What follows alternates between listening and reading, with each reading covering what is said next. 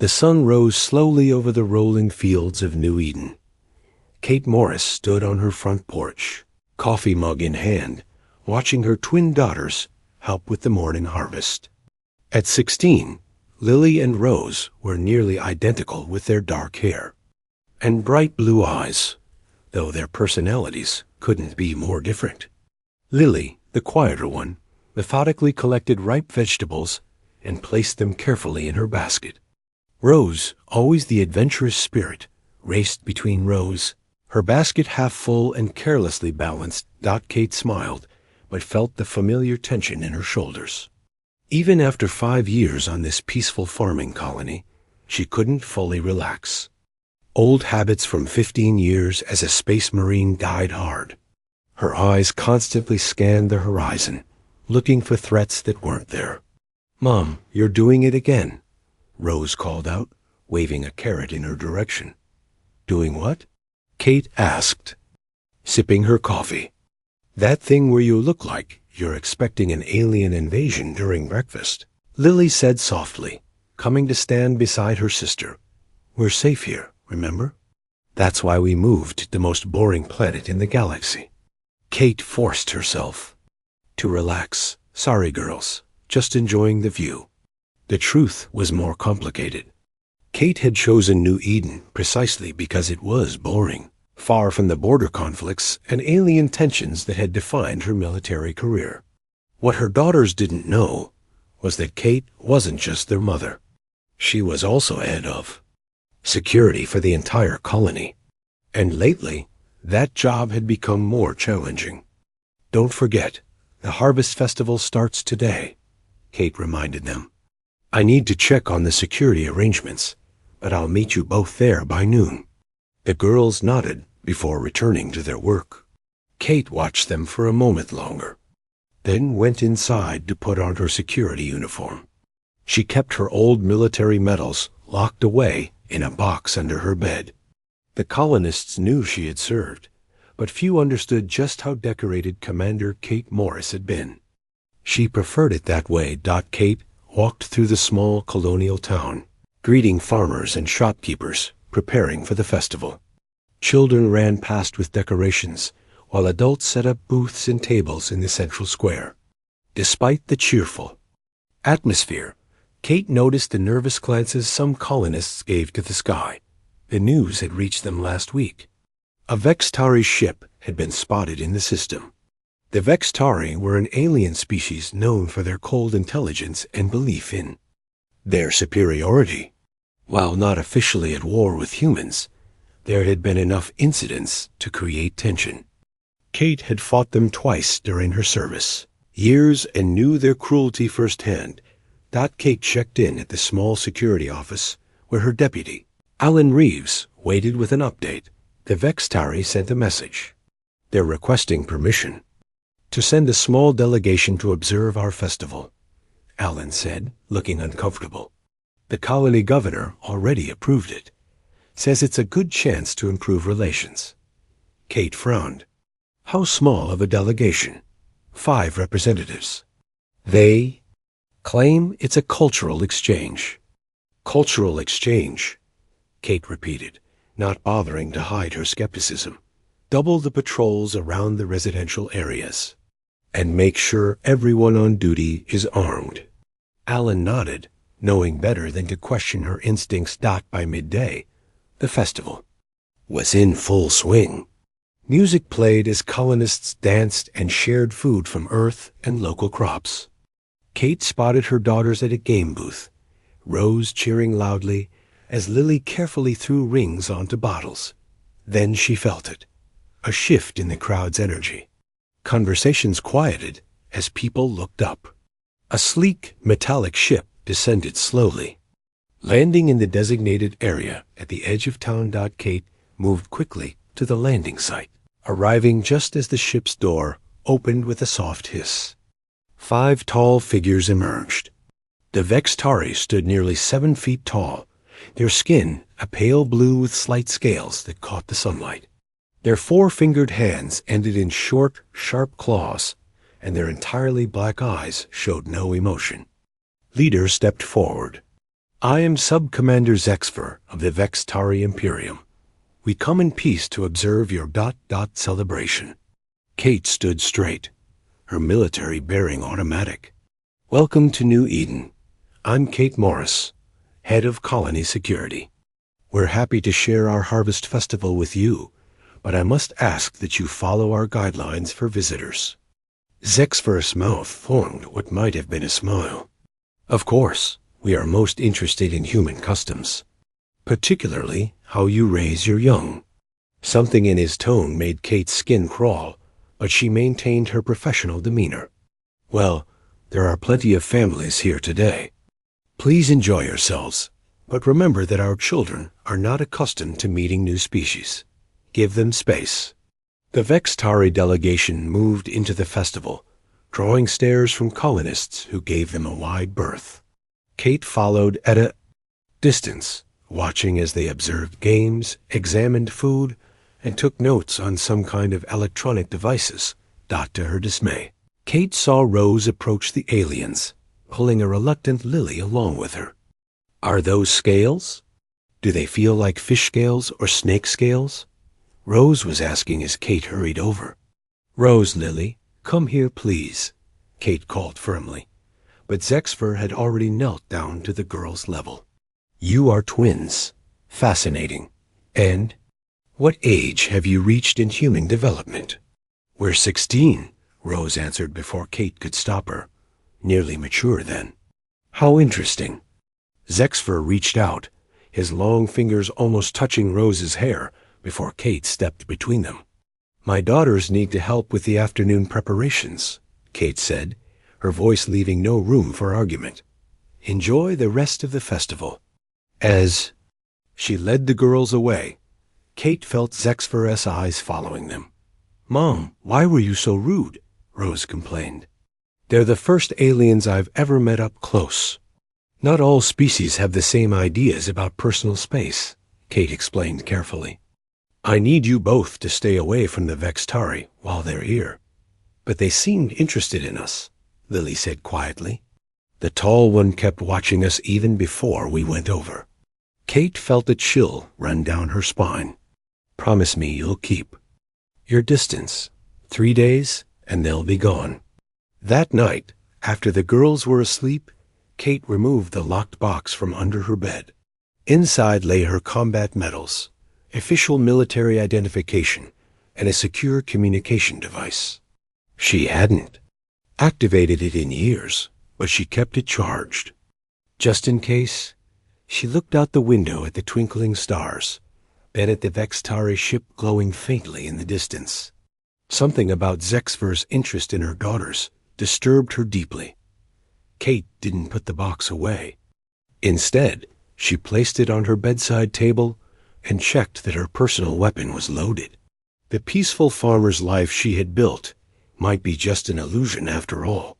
And if there was one thing Kate Morris knew how to do, it was prepare for battle. She just hoped she was being paranoid, that the Vextari would leave as promised in 3 days, and life would return to normal. But as sleep finally came, Kate's dreams were filled with the cold, black eyes of Zexfer, watching her daughters with calculated interest. Kate woke before dawn on the 3rd day of the Vextari visit. The aliens had spent the past 2 days observing colony life, taking samples of plants and asking questions about human biology that made Kate increasingly uneasy. She had doubled the security patrols and made sure her daughters were never alone, despite Rose's complaints about being treated like a child. They leave today, Kate reminded herself as she dressed for work. She checked on the girls, finding them still asleep. In their shared bedroom, Rose's blankets were on the floor as usual, while Lily slept neatly tucked in. Kate smiled despite her worry. They would be fine. 1 more day and the aliens would be gone. I'll be back by dinner, Kate wrote in a note she left on the kitchen table. Stay in town. Don't go near the Vextari ship. She underlined the last sentence twice, knowing Rose might ignore her warnings. The morning passed quietly. Kate supervised the final day of the Harvest Festival and watched as the Vextari delegation moved through the crowds. Sub-Commander Zexfer seemed less interested in the festivities today. Instead, he kept asking about human medical practices and how humans responded to different environments. "Your species is remarkably adaptable," he commented when Kate intercepted him near a group of children. "Yet so fragile in many ways. We manage," Kate replied coldly. "Your ship is prepared for departure?" Zexfer's lipless mouth curved slightly. "Yes, we have learned much from your colony. More than you might expect." A chill ran down Kate's spine, but before she could respond, her communication device beeped. It was Alan. "Kate, we've got a problem." 3 colonists reported items missing from their homes. Nothing valuable, just photos of their children and some personal items. Kate's eyes never left Zexfer. "Secure the residential area. I'm on my way." The sub-commander tilted his head. "Trouble?" "Nothing we can't handle," Kate said. "Please ensure your delegation stays in the public areas." As Kate hurried to meet Alan, she tried to contact her daughters. Neither answered. Probably still sleeping. Or ignoring her calls to avoid chores, she thought. But the worry grew stronger with each step. The security team found no signs of forced entry at any of the homes. Whatever had been taken, family photos, children's clothing, school records, had been removed with careful precision. "Check my house," Kate ordered Alan. "I'm going to find my daughters." Kate ran to every place the twins might be. There. Friends' homes, the school, the community center. No one had seen them since yesterday. With each failed search, the knot in Kate's stomach tightened. Her communicator beeped again. It was Alan. "Kate, you need to come home. Now." She sprinted the entire way, lungs burning as she pushed through the fear rising in her chest. Alan stood on her front porch, his face grim. "The door was open when I got here. No sign of forced entry, but ... He gestured inside. Kate's living room had been searched methodically. Drawers pulled out, photos examined, but nothing seemed broken. Or damaged. It was the kitchen that made her blood freeze. On the table sat a strange crystal device she recognized as Vextari technology. Her note to the girls lay beside it, untouched. With shaking hands, Kate pressed the activation spot on. The crystal. A hologram appeared, Sub-Commander Zexfer's face, larger than life, staring at her with those empty black eyes. "Security Officer Kate Morris, by now you have discovered that your offspring are missing. Do not be alarmed. They have been selected for participation in our developmental studies program. Their identical genetic structure, yet divergent personalities, make them ideal research subjects. They will be returned to you once our experiments are complete. Any attempt to interfere will result in immediate termination of the subjects." The message ended. Kate stood motionless, the words experiments and subjects echoing in her mind. Then she moved with deadly purpose toward her bedroom. Alan followed her. "Kate, we need to contact Earth authorities. Get a diplomatic team involved." Kate didn't answer. She pulled the box from beside her bed and unlocked it, revealing her military ID, medals, and communication device. "Kate, what are you doing?" "Call the governor," she said, her voice unnaturally calm. "Tell him the Vextari have abducted my daughters and possibly collected data on other children. Then evacuate everyone within half a mile of my house." "Why would we evacuate?" "Because," Kate said as she activated the secure communication device, "in about 10 minutes, this is going to become a military operations zone." Alan stared at her in shock. "You were military? What rank?" Kate looked up, her eyes cold and focused. "Commander Kate Morris, Special Operations, Earth Force Marines." "Now go, Alan." Alone, Kate entered a series of codes into the device. The screen lit up with the Earth Force emblem. Then a face appeared. A man with graying hair and surprised eyes. Authentication code. The man demanded. Kate recited a string of numbers and letters. From memory. The man's expression changed from suspicion to recognition. Morris, is that really you? You've been off-grid for years. Jack, I need your help. The Vextari took my daughters. Jack Price's face hardened. Are you sure? Kate held up the crystal device. They left me a message. Called them research subjects. Jack swore. This isn't the first time. There have been reports from other colonies, but the government kept it quiet to avoid panic. Diplomatic channels have failed. The Vextari deny everything, then return bodies months later, claiming the humans failed to adapt to testing protocols. Kate felt the room spin. Bodies? I'm sorry, Kate, but you need to know what we're dealing with. The survival rate 4.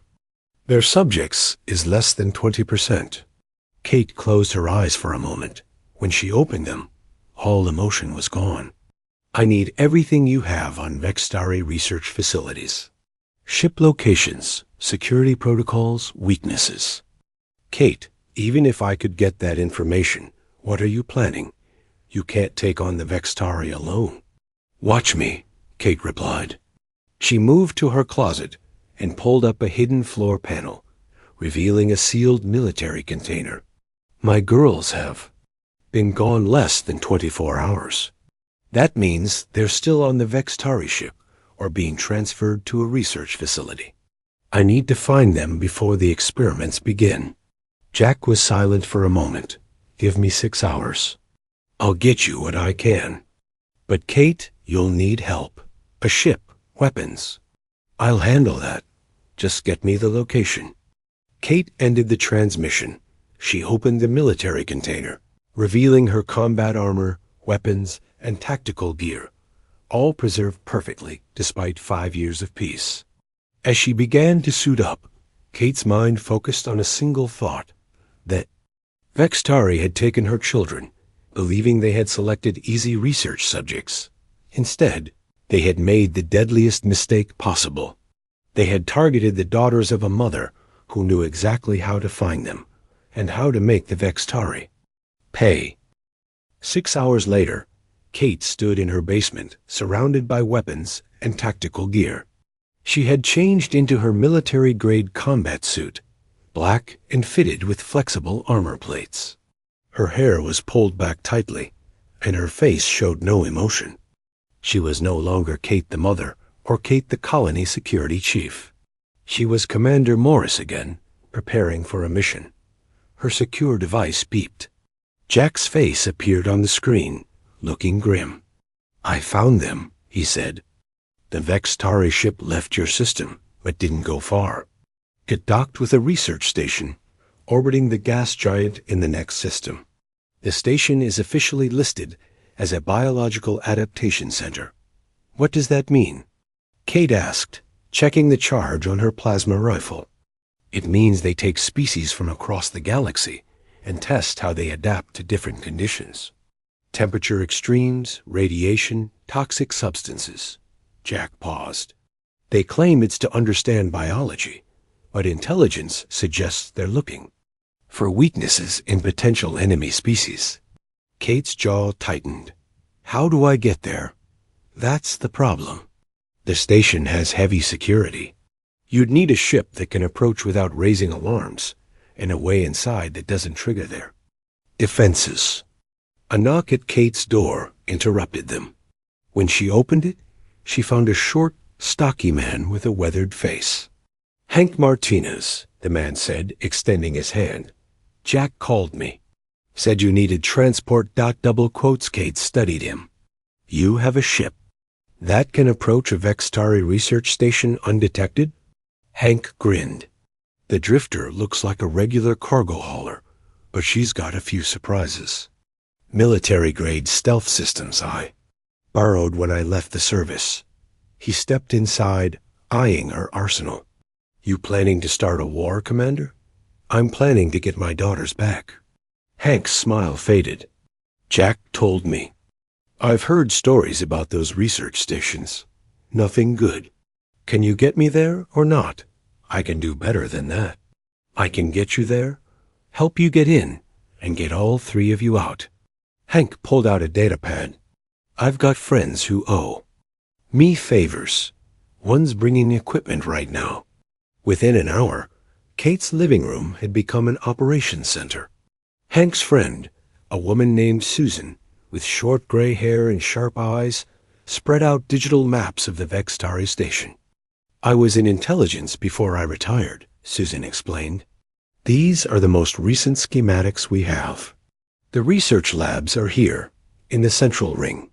New subjects are typically processed here, in the intake facility, before being moved to specific testing areas. Kate studied the layout. Security systems? Standard Vextari protocols. Motion sensors, heat detection, armed guards at key points. Susan pulled up another image. But their shift changes create a 3-minute window with the eastern docking.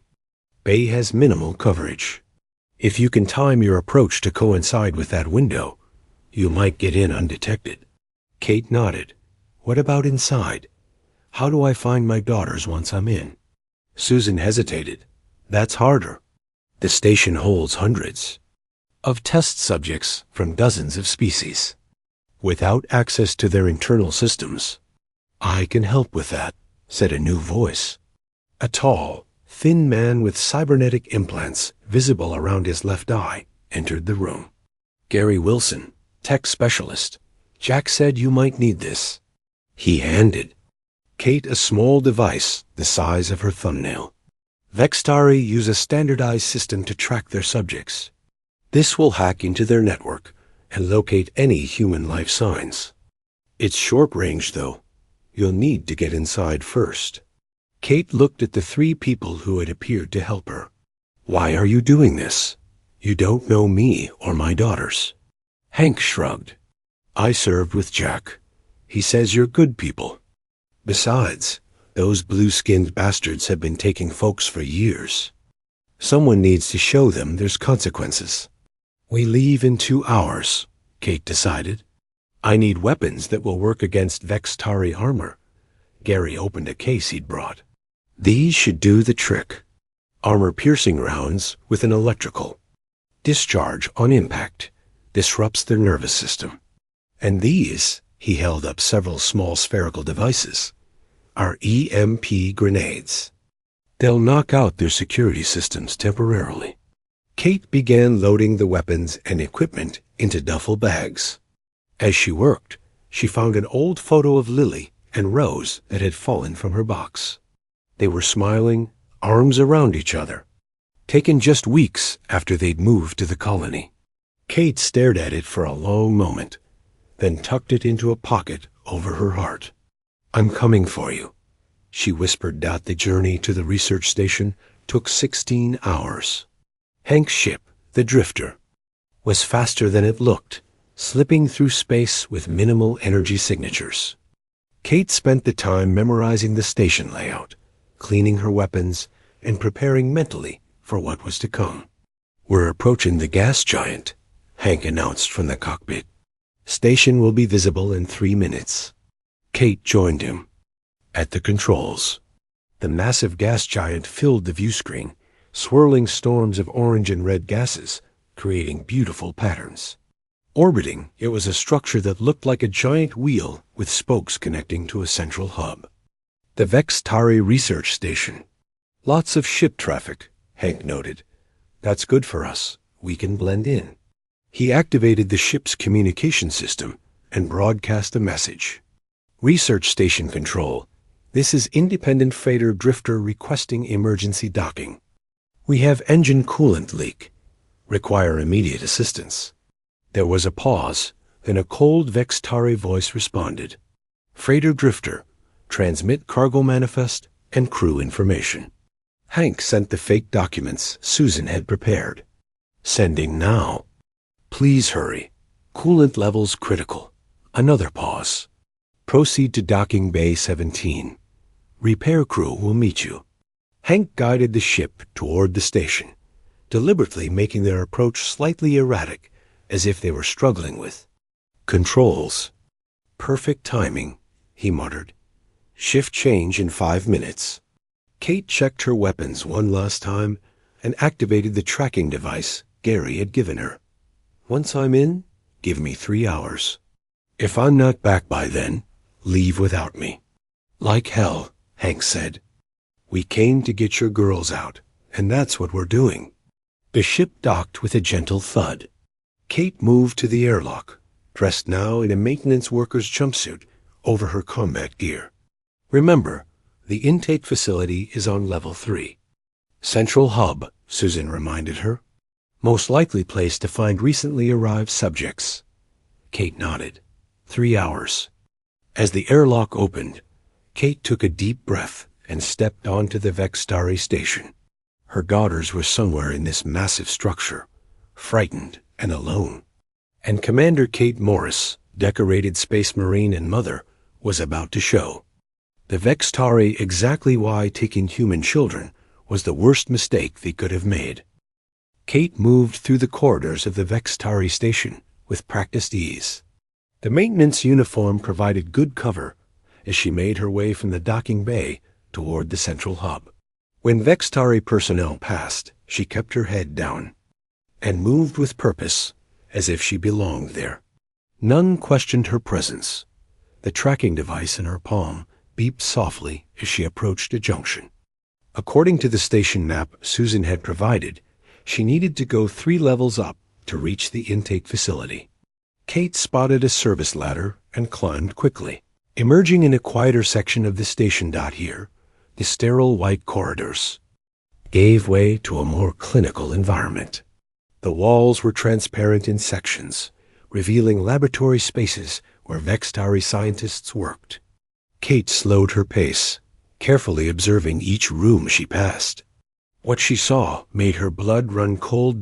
Behind clear walls, creatures of various species were being subjected to tests.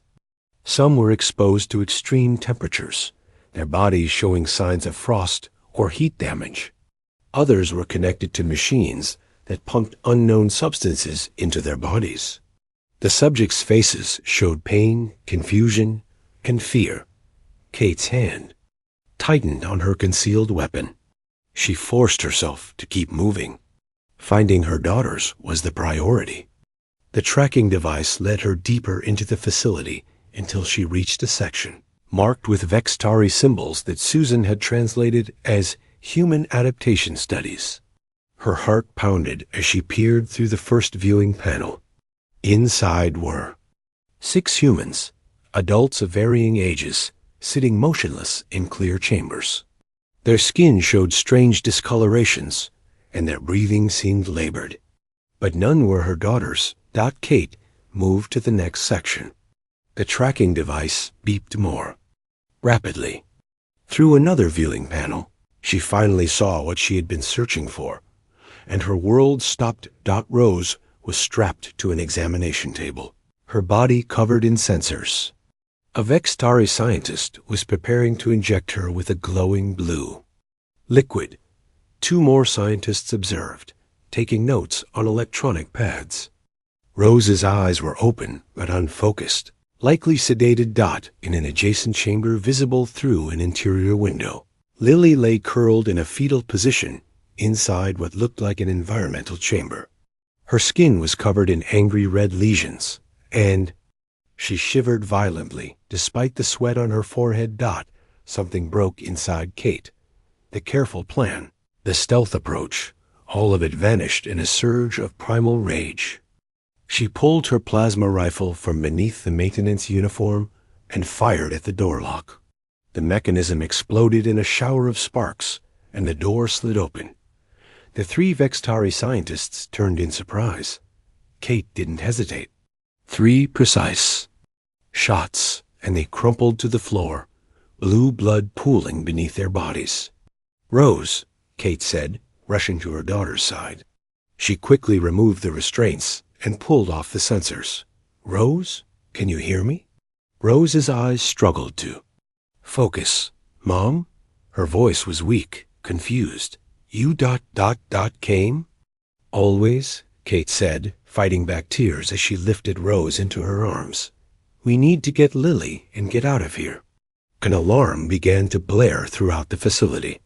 Kate had known stealth wouldn't last forever, but she had hoped for more time. She carried Rose to the chamber where Lily was held and used her rifle to destroy the control panel. The chamber door hissed open. Lily didn't respond when Kate called her name. Her breathing was shallow, her skin burning with fever. Whatever they had done to her was far worse than Rose's condition. Lily, hold on, Kate whispered, gathering her second daughter in her arms. With both girls now draped over her shoulders in a rescue carry, Kate turned toward the exit, only to find it blocked.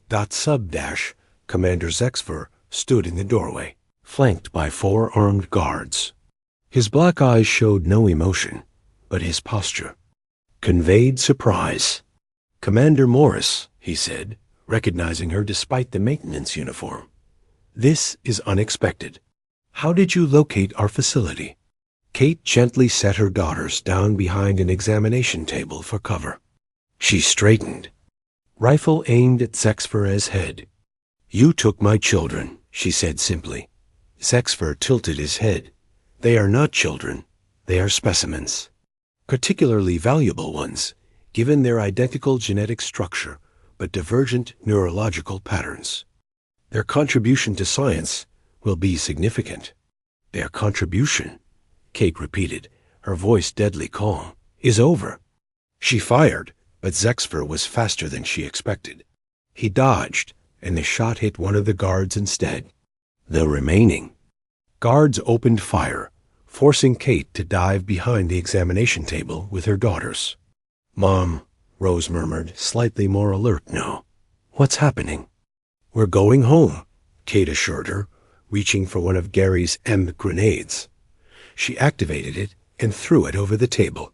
The device exploded in a flash of blue light, and the guards' weapons went dead. Kate seized the moment, rising from cover and firing rapidly. 2 more guards fell. Zexfer and the remaining guard retreated into the corridor. Lockdown protocols engaged, announced a computerized voice. All research subjects secure. Security teams to Section 4. Kate knew she had minutes at most before. The station was swarming with guards. She activated her communication device. Hank, situation critical. I have the girls, but need immediate extraction. We're in the Human Research Lab, Level 3. On my way, Hank replied. Susan's hacked into their systems and triggered fire alarms in Sections 1 and 2. That should pull some security away from you. Kate returned to her daughters. Rose was sitting up now, the sedation wearing off. Lily remained unresponsive. Can you walk? Kate asked Rose. Rose nodded weakly. I think so. But Lily...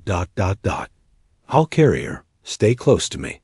Kate lifted Lily over her shoulder and helped Rose to her feet. With her free hand, she gripped her rifle. They moved into the corridor, which was now flashing with emergency lights. They had barely gone 20 paces when a squad of Vextari guards appeared at the far end. Kate pushed Rose against the wall for protection and fired, hitting the lead. Guard.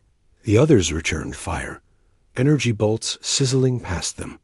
This way, Kate said, pulling Rose toward a side passage Susan had marked as a maintenance route. It would be a longer path back to the docking bay, but potentially safer. As they moved through the narrow passage, Kate's mind raced. Lily's condition was deteriorating. Rose could barely walk.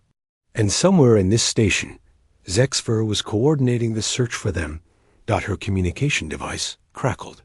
Kate, I'm at Auxiliary Docking Port 6, Hank said. Can you get there? Kate checked their position against the mental map. Yes, 5 minutes. Make it 3. Station security is scrambling fighters. We need to be gone before they launch. Kate picked up their pace, half carrying Rose while balancing Lily on her other shoulder. Her daughters' lives depended on her. reaching that docking port. Then, as they rounded a corner, Kate came face to face with Sub-Commander Zexver once more. He stood alone, a sleek Vextari weapon aimed at her heart. "Fascinating," he said, studying her. "The human maternal instinct produces remarkable behavioral changes. You would risk hundreds of lives for 2 specimens." Kate shifted Lily's weight, keeping her body between her daughters and Zexver. "They're not specimens. They're my children." "A distinction without meaning," Zexver replied. "Put down your weapon, Commander. Return the subjects to their chambers, and perhaps I will allow you to leave alive."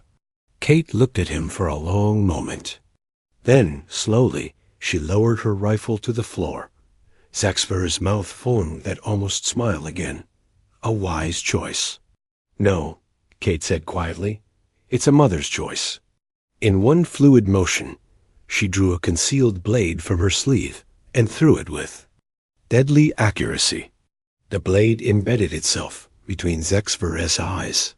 He stood motionless for a second, surprise finally showing on his alien face. Before collapsing to the floor, Kate retrieved her rifle.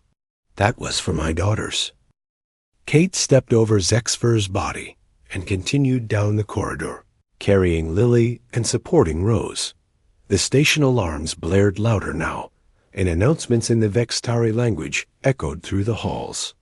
Though Kate couldn't understand words, the urgent tone told her everything she needed to know. The entire station was searching for them. "Almost there," Kate told her daughters, though Lily remained unconscious. Rose stumbled alongside her, gradually becoming more alert. As the sedatives wore off, "Mom," Rose whispered, "there are others, other humans. I saw them when they brought us in." Kate's pace slowed for just a moment. "How many?" "Dozens, maybe more, in different rooms." Son looked really sick. Kate's jaw tightened. She wanted to save them all, but her daughters had to come first. She activated her communication device. "Hank, change of plans. I need you to send a message to Jack. Tell him there are dozens of human captives on this station. We need a full military response." "Already done," Hank replied. "Susan's been downloading their research data while you've been inside. We've got everything we need to prove what they're doing. Jack says a battle cruiser is already on the way, but it's 12 hours out." "We'll be long gone by then," Kate said, reaching the final turn before auxiliary docking port 6. She stopped at the corner, checking for guards. The corridor was empty, but the docking port door was sealed. "Hank, we're at the port, but it's locked down." "Working on it," Hank replied. "Susan's hacked into their security grid, but they keep overriding her access. Give us 30 seconds. Those 30 seconds stretched into eternity as Kate heard the sound of approaching Vextari guards.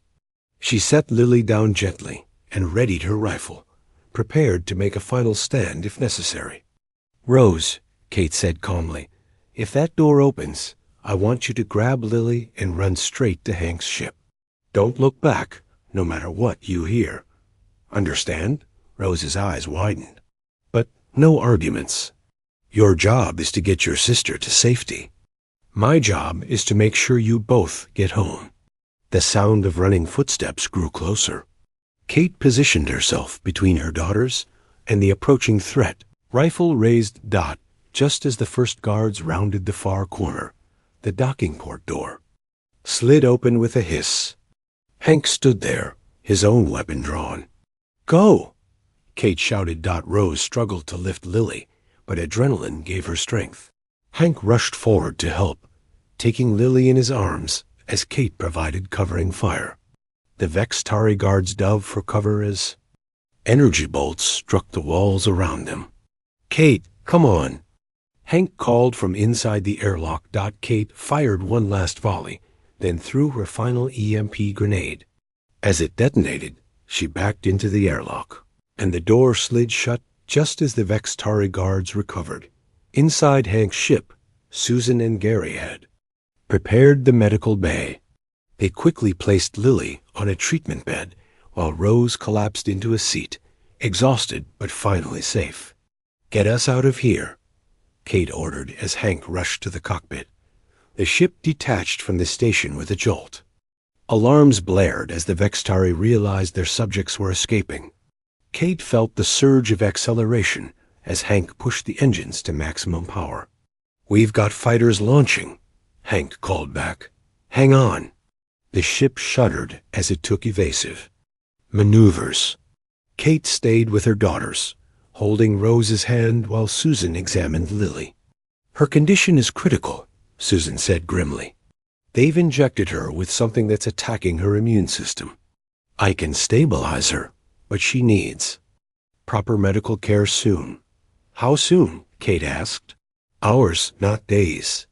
Kate nodded. "Hank, we need to reach the nearest human outpost as fast as possible." "Working on it," Hank replied as the ship rocked from a near miss. "But first, we need to lose these fighters. Gary, time to show them those surprises we talked about." Gary grinned and activated a series of controls. The ship's engines flared briefly, then seemingly failed. They began to drift toward the gas giant. "Playing dead," Gary explained to Kate. "When they come to check on us, ... The pursuing Vextari fighters slowed their approach, circling the apparently disabled ship. When they came within range, Gary pressed another button. Hidden weapons ports opened, and precision targeting systems locked on. "Surprise," Gary said. Firing got 2 of the 3 fighters exploded immediately. The third managed to evade and began to flee. "Not so fast," Hank muttered, bringing their engines back online and giving chase. A final shot from their weapons struck the fighter's engines, sending it spinning into the gas giant's atmosphere, where it quickly broke apart under the intense pressure. With the immediate threat eliminated, Hank set course for the nearest human outpost, a mining colony 6 hours away. Kate finally allowed herself to breathe as the Vextari research station faded from view dot in the medical bay. Kate sat between her daughters. Rose had fallen asleep, the ordeal and fading drugs finally overwhelming her. Lily remained unconscious, her breathing shallow but stable under Susan's care. "They'll be okay," Susan reassured Kate. "They're fighters, like their mother." Kate gently brushed hair from Lily's forehead. "I should have protected them better. I knew the Vextari couldn't be trusted." "You couldn't have known they would go this far," Susan said. "But what you did in there." "I've been in intelligence for 30 years, and I've never seen anything like it. One woman against an entire Vextari research station." "I'm not just any woman," Kate replied quietly. "I'm their mother." 6 days later, Kate sat on the porch of their home on New Eden, watching her daughters. Rose was almost fully recovered, though she still had nightmares. Lily was finally out of the medical center, her system slowly purging the Vextari chemicals with the help of advanced treatment. The colony had changed. Military ships now patrolled the system, and new defense systems were being installed. The quiet farming community had become a symbol of human resistance against Vextari aggression. Word had spread about what Kate had done. The rescue mission had prompted Earth authorities to finally act. The battlecruiser Jack sent had liberated 47 human captives from the research station. Similar operations were being planned for other facilities. Kate's secure communication device beeped. It was Jack. "How are the girls?" he asked when she answered.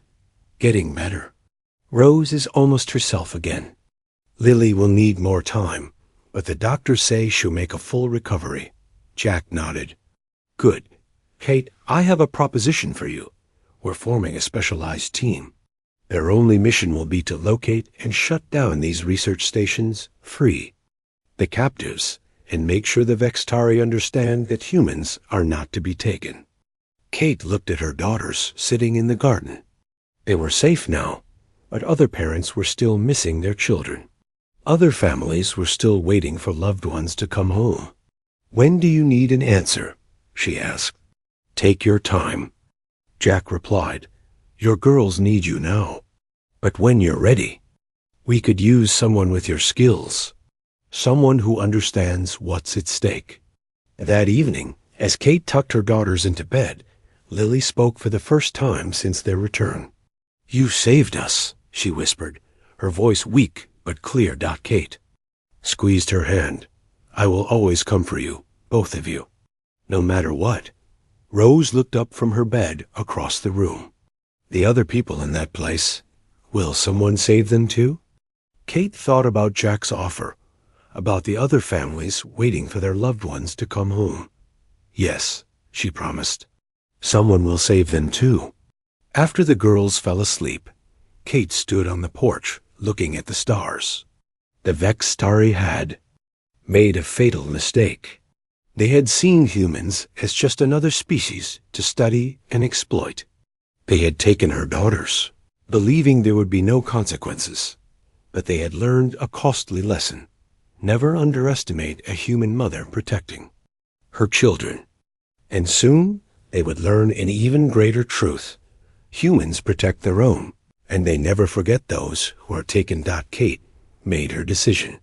Once her daughters were fully healed, she would join Jack's team.